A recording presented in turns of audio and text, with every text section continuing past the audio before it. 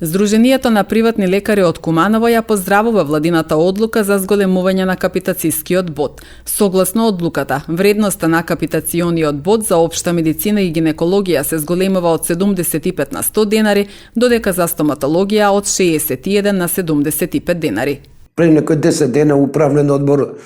на фондот донесе одлука да се покачи бодот кај матични лекари, после некои 10 години што не е покачено, од 75 денари, се надевам дека околу 100 денари, така да буџетот на матични лекари се зголемува за некоја сума, зависи од ординација, од колку поени има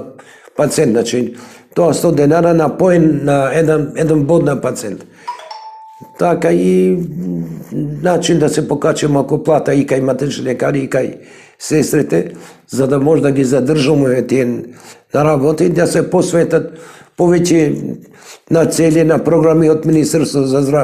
здравство, што ќе ги додаден за некој ден така